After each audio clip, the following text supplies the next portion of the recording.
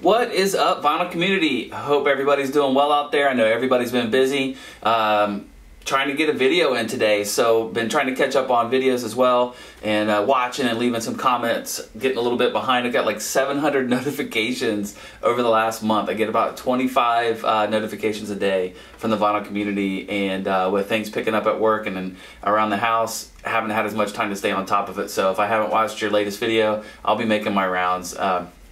But I did want to watch some videos before I posted anything, and so I've been wanting to do the video about record store bags across America. So I haven't had any new leads or anything like that for any kind of new videos as far as record stores across America, but I'm sure something will happen this summer where we'll get out there and do some VC meetups, or maybe I'll get an interview at a record store in your area. I hope so. What I want to do is kind of take a break from showing vinyl. I have plenty of that kind of stuff to show in future videos, and just wanted to show some record store bags. So I don't know, I guess the collector in me likes to pick up different things, and if I can get a bag with the logo on it, I will. So I have a few cloth bags here, and then mostly plastic bags with record store logos on it. So I'll just kind of get started here and maybe make a few comments.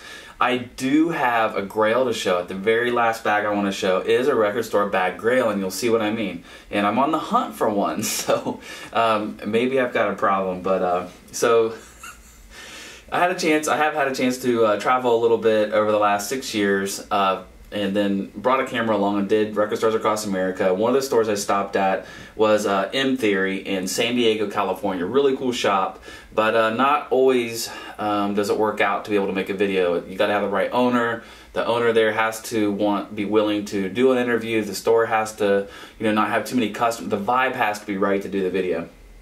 But M Theory was a really cool shop. Unfortunately, the owner did not want to do a video. But really cool shop. I even remember I ended up picking up U2, Octoon Baby, and Metal Massacre 1, third issue of Metal Massacre there. And it's weird how sometimes you can remember what you picked up at certain shops.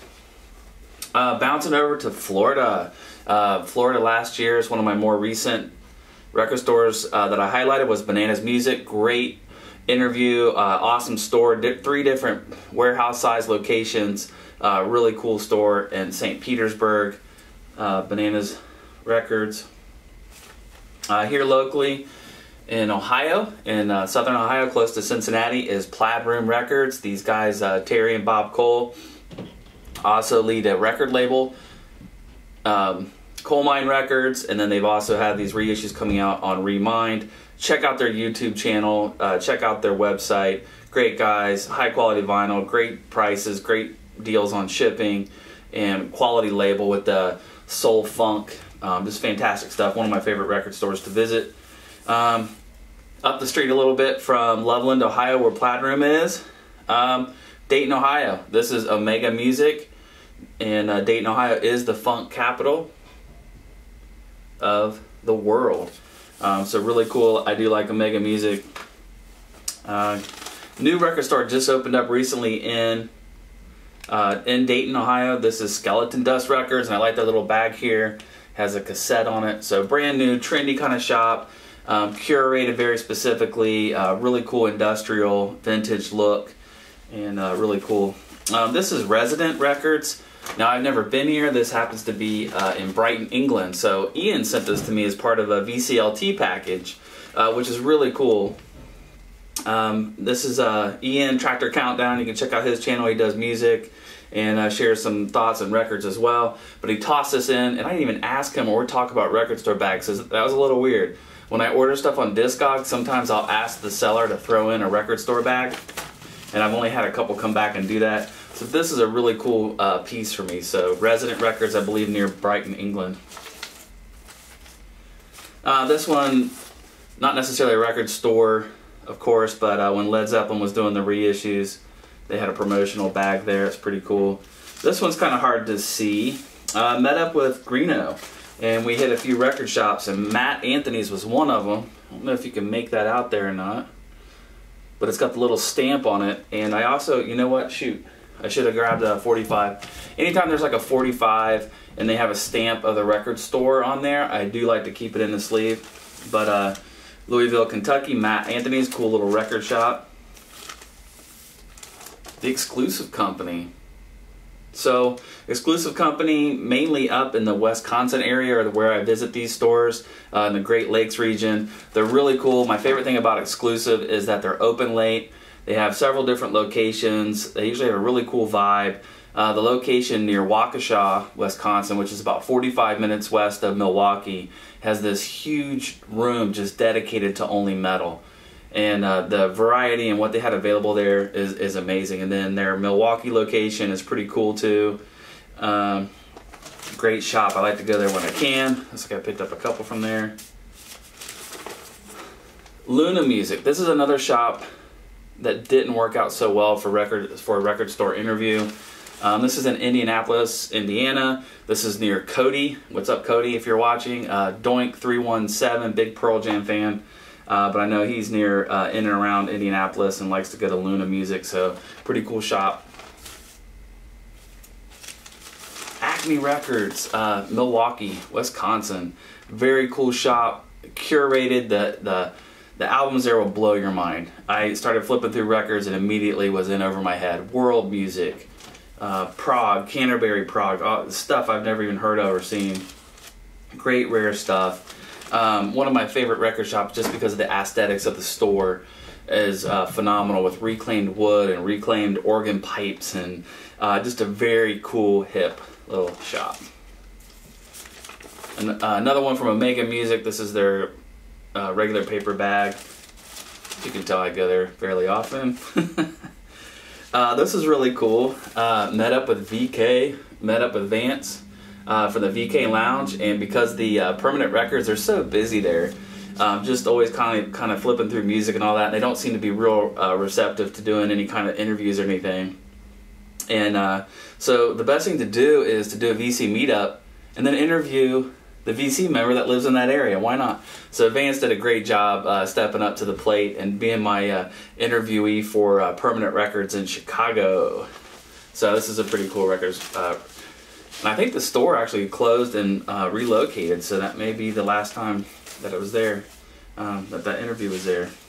For the life of me, I can't remember if I can't remember if I got this as a gift. I'm totally forgot and spaced on this one, so I'm sorry if you sent it to me.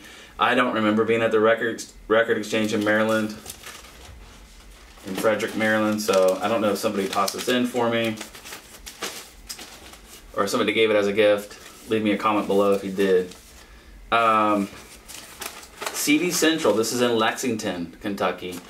Really cool shop. One of my earlier record store day, or not record store day, but record store videos. I've gone through and I've cleaned up some of the ones that were not really official or not as cleaned up or as tight with the editing. So this one may have been deleted, but cool little shop down there in Lexington, Kentucky. This is a record store day bag from 2014. Just kind of neat. This one's pretty cool. Let me see if I can get the same on both sides. Repo Records. Repo is in Philly, Philadelphia, Pennsylvania. And this is the record store where the owner wasn't there, but I went and got so much video, and it was such a cool shop. And it was on Market Street, I think, or Central Street, South Street, in the Market Street area maybe. But Repo Records, really cool shop. Found a couple really cool records there. But the owner wasn't in, so they sent me, so I emailed them, and the owner actually recorded an interview on an MP3 and sent it to me, and then I made the video to go along with the MP3, so that was kind of a different video to do. Alright, traveling way west, this is Carlsbad, California, Spin Records. Cool little shop. This is kind of in between San Diego and LA. Metal Warfare 96, Nathan. This might be your neck of the woods, if I remember correctly. Cool little shop. I've been there a couple of times. Nice little area. Right off the highway there. Rhino Records, Gregory Short, if you want to check out his channel. He's kind of close to, not I want to say Carlsbad again, but Claremont, California. Rhino Records. They've got a couple locations. They have, what's the other one? Mad Platter and Rhino Records. I think they're owned by the same folks. But I love their logo. I got a t-shirt from there, but I have to dig that up. I haven't seen that in a while. Kind of has the rhinoceros playing the blues guitar there. What is this one? New Sound Records. I don't remember this one either. This must have been one that was thrown in a bag. So I think this could be from England, I think. So New Sound Records there. Now this one I know specifically was thrown in a bag. This one's really cool because it's from Greece. So it's written in Greek there. This is one that was thrown in with an order I did on Discogs. I just love that. Little cartoon caption there. So that was really nice of that guy to throw in their record store bag with that order. I don't even remember all these. I don't even know what this one is. Rough Trade in Brooklyn, New York. I haven't done any record stores in New York. I would like to. We're kind of talking about doing a trip to New York City this year. That'd be pretty cool. Another Omega Music. Second Sounds. This is another one in England, I believe. Got thrown in one of those Discogs orders. You guys know what this one is. Third Man Records from Nashville. Another exclusive company. Another Rhino. Here we go. Feel It Records had a really cool interview. One of the guys that works there did the interview. The owner had to run out to a gig, but they were more than happy to have me. Shot video in the store. Really cool video. Check it out if you get a chance. And I remember I picked up Joe Farrell's Canned Funk while I was there. It was actually up on the stand playing in the radio, playing through the sound system, and I picked it up before I left. So, Feel It Records in San Diego.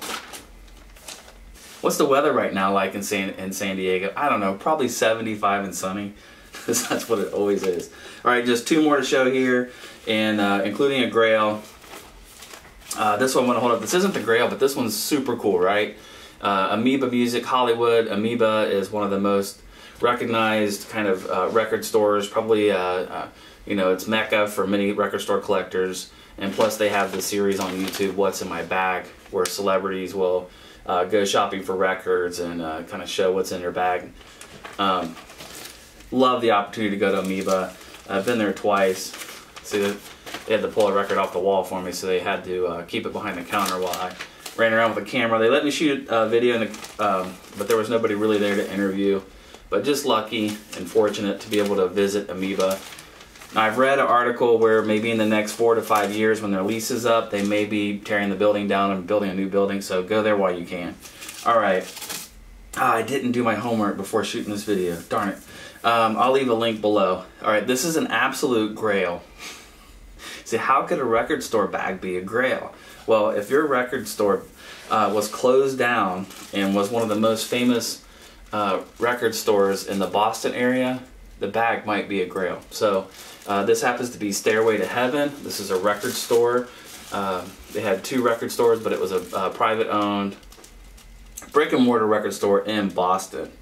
This is from the Winter Street location, and I actually happened to go there in the 90s as a teenager. My dad traveled and we went to Boston on vacation or for business, I forget what, and ended up taking a small trolley train around just doing some exploring, and found my way to Stairway to Heaven and bought. I didn't have enough money for any CDs or anything at that time, but I remember they had posters and pictures and all this stuff, and I picked up some stickers for my Discman